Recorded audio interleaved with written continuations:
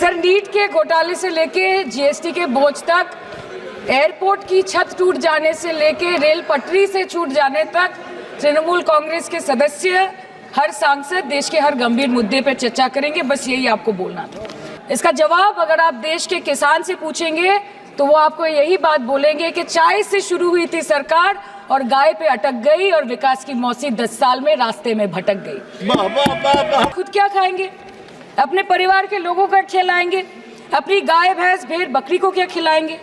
Sir, ऐसे ही वारदात होते हैं जहां गरीबी से जूझता हुआ एक किसान उसको अपनी गाय भेड़ बकरी को बेचने में मजबूर करते हैं और अंत में जाके वो अपनी खुद की जान ले लेते हैं। सर, पिछले 10 सालों में 1,12,000 किसानों ने इस देश में आत्महत्या की। एनसीआरबी की एक रिपोर्ट के अनुसार 10 साल में हर दिन इस देश में एवरेज में 30 किसान हर दिन अपनी जान ले लेते हैं। सर, इस देश के लोगों का यही है किस्सा कि जिसको जिताया वो राजा की तरह जाएगा और जिन्होंने जिताया वो फकीर की तरह। सर, ये बहुत गौरक्षा की भी बातें करते हैं। देश के लोगों को ये पता होना चाहिए that there is a fodder crisis in India and the union minister has himself stated in a written reply in Rajya Sabha that yes, the country is deficit in fodder. So it means that cows are dying without food in government owned goshalas, especially the BJP ruled state. 74,000 cattle had died at Panjrapols in Sundarnagar and Banaskantha district of Gujarat in the last 3 years. 200 cows were found dead in Madhya Pradesh's Shivpuri district. 173 cows allegedly died in a week in Chhattisgarh. And 74,016 cows had died in Hingonia Gaushala in Jaipur during the previous BJP government in Rajasthan. तो sir, पहले खाना ही नहीं मिला, fodder crisis, फिर मिल भी जाए तो इतना महंगा कि किसान खरीद ही नहीं पा रहा है, फॉडर इन्फ्लेशन, और सर खाना मिल भी जाए तो पशुओं की बीमारी। उससे मुकाबला करने के लिए इस सरकार ने क्या किया कि गाय हमारी माता है पर माँ की रक्षा करना इन्हें नहीं आता है।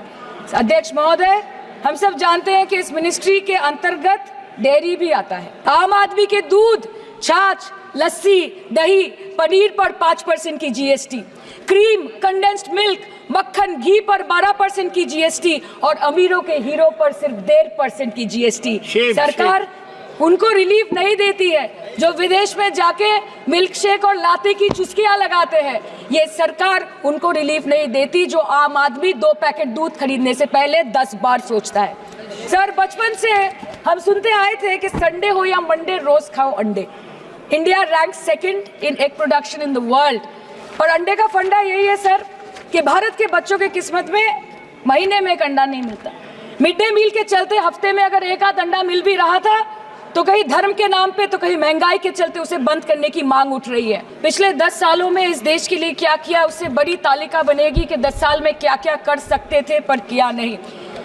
2014 में जो किसान मोदी है तो मुमकिन है सोच के और अच्छे दिन के ख्वाब देख के बीजेपी को वोट दे रहा था, आज 10 साल बाद वो बोलता है कि मोदी है तो नामुमकिन है। शायद अभी वो किसान है भी नहीं। तो इसीलिए मैं बोलना चाहती हूँ कि समय बड़ा महत्वपूर्ण होता है अध्यक्ष महोदय और बड़ा बलवान। बंगाली में हम एक बात बोलते हैं कि समय गेले साधन होबे ना। इसका मतलब यही है कि अगर समय चला गया तो साधना नहीं होगी, अगर भक्त रूठ गए तो आराधना नहीं होगी। और 3 से 303 से 240 के आंकड़े बोलते हैं कि इस बार जो आप चले गए तो दोबारा लौटने की संभावना नहीं होगी।